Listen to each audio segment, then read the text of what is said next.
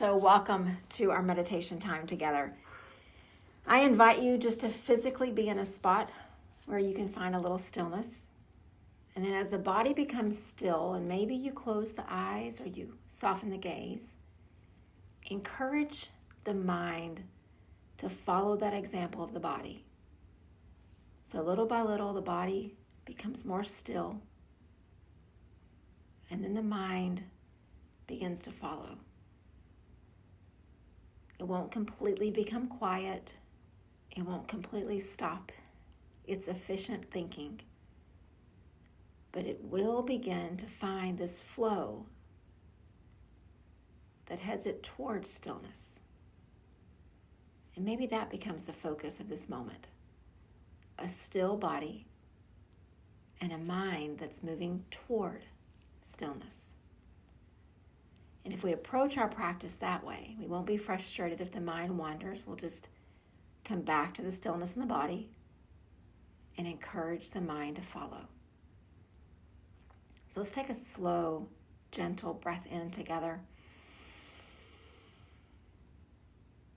And then just as gently, exhale, let it go.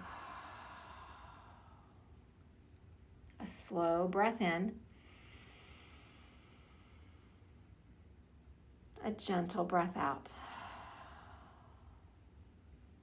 One more breath in together. And as you exhale, begin to settle into a rhythm of breath that feels right for you in this moment. Again, stillness in the body, the mind heading that direction. Our focus or our inspiration, our grounding for today's meditation time comes from the Yoga Sutras, and it's this really interesting line when he talks about this concentration upon or this awareness of the moon. And there's many things throughout the Yoga Sutras that Patanjali focuses on. And the interesting thing is he was focusing on them 2,500 years ago. And they all still have such perfect relevance for us today. Our lives are different than theirs were. The pace of our world is different. But the condition of the human heart, the human spirit, has remained the same over time. And so these teachings from so long ago, they work just as well for us today.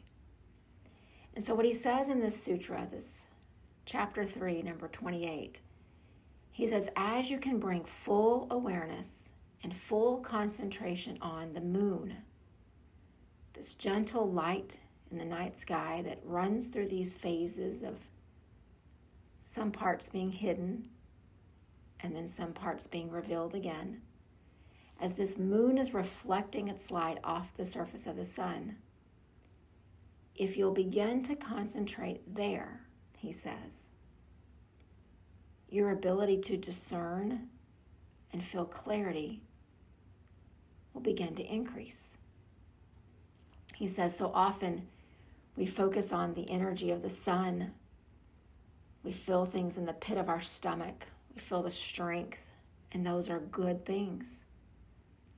But those are the things that help us to feel grounded. Those are the things that help us to move into action. But if you want to also feel your connection to your discernment, to your wisdom, to your clarity of thought, he says, that comes by focusing on the moon. And he connects this idea of the moon, we call this Chandra in Sanskrit. He says this focus on Chandra will lead us to this Sanskrit idea of jnana. Jnana is knowledge and wisdom and discernment. And he says the moon is very similar to the structure in your head where your cerebrum is, the place where you think the thoughts, the place where you hold your memories, the place in your mind and your brain where you make voluntary choices about things, instead of the parts of the body where the involuntary things happen. And so just think about the wisdom that he had in sharing this. He says, if you want clarity. Let's focus on the place where these voluntary movements, these voluntary choices arise from. So often we feel like life is just happening to us. Things are out of our control. We've seen that recently with just the disasters that come with weather. But we also see it on smaller scales in our lives every day, until we start to feel like we are just helpless, that life is happening to us, and we really have no control or no influence over it. But this Yoga Sutra reminds us that if you will begin to focus, bring full awareness to the light of the moon and the phases that it moves through, your connection to your consciousness, the part of your brain that makes those voluntary decisions, those voluntary movements, those thoughts that are being thought in your head. If you will focus here, your clarity will become stronger. Your wisdom will become clearer. And your discernment will be such that you can trust it. And you won't feel like life is happening to you. You will consciously, voluntarily move through your world with intention. And I think the reason that he gives us the moon for this particular sutra is the idea that the shape of the moon never changes. We know that cognitively. We know that the moon is round and the shape never changes. But in the night sky, it waxes and it wanes. Because as we know, something gets in the way of it. Something gets in the way of that light that it's trying so hard to reflect. And then all of a sudden, things shift again. And so what he's telling us is, when you can focus here and realize that the beautiful consciousness of who you are, it doesn't change. There's just things in the way. But you have the capacity within you to move beyond them and to be clear in your decision making, and to be rooted in your wisdom, and to feel secure in your discernment. The power of the sun, it's always there. It moves us into action. It drives us. It gives us a sense of movement, of energy. But the light of the moon, it asks us to pause and to sit. To pause and to sit. And it's in those moments where clarity comes, and discernment comes, and wisdom comes. And so if you've ever felt like life is happening to you, some days you just want to throw up your hands almost in surrender because you feel like everything is being done to you instead of you having any say in it. This practice teaches us something different. The part of our brain that is in charge of voluntary movements, meaning we choose. They're not involuntary actions. We can direct our thoughts. We can pause our movement. And we can actually begin to bring some restraint, some stillness to those swarms of thoughts that feel like they will never stop. But to do that, we have to be still. We have to pause. We have to be quiet and gentle with ourselves, just like the light of the moon. There are times in our life where the energy of the sun and the drive and the vigor that it gives us are necessary. don't we want to make decisions from a place of discernment and wisdom and clarity? I think the answer is yes. And so, like this Yoga Sutra says, let's focus on the light of the moon. Let's focus on the part of our brain where we choose. We connect to our consciousness and we move through the world from there.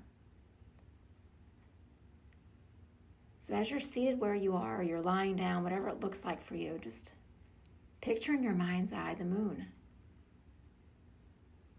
Imagine that you're walking along a path. You don't have a flashlight. There's no street lights anywhere.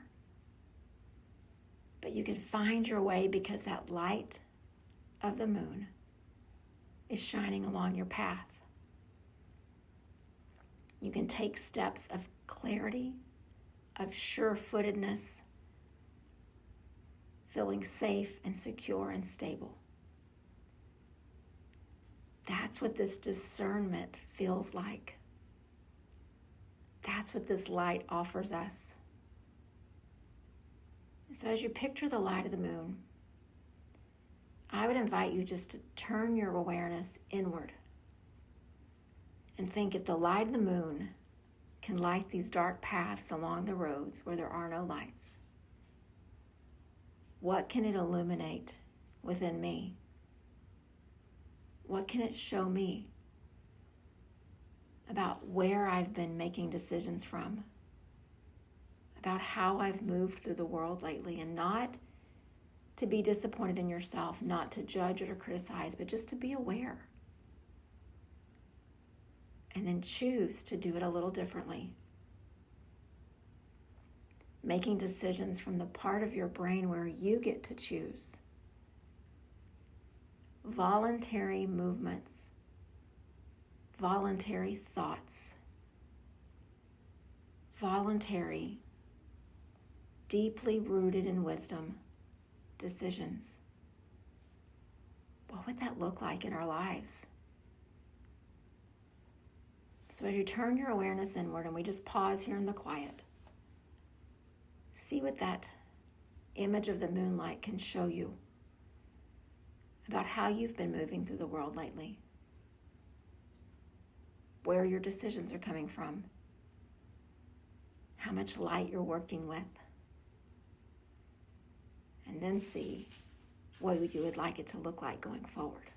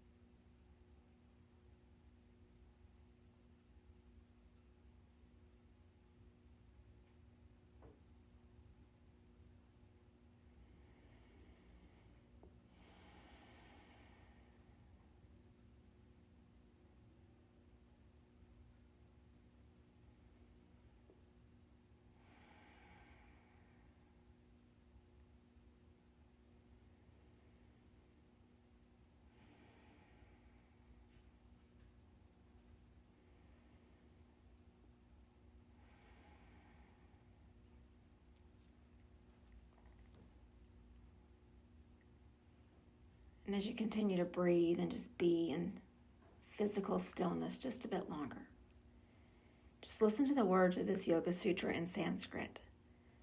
It says, Chandra, Tara Vuhu Jnana. Chandra, Tara Vuhu Jnana. The moon, and our focus and concentration on it brings wisdom. The moon, and our concentration and focus on it brings wisdom. So as we prepare to close our practice, just continue to keep asking yourself, Where did I make that decision from?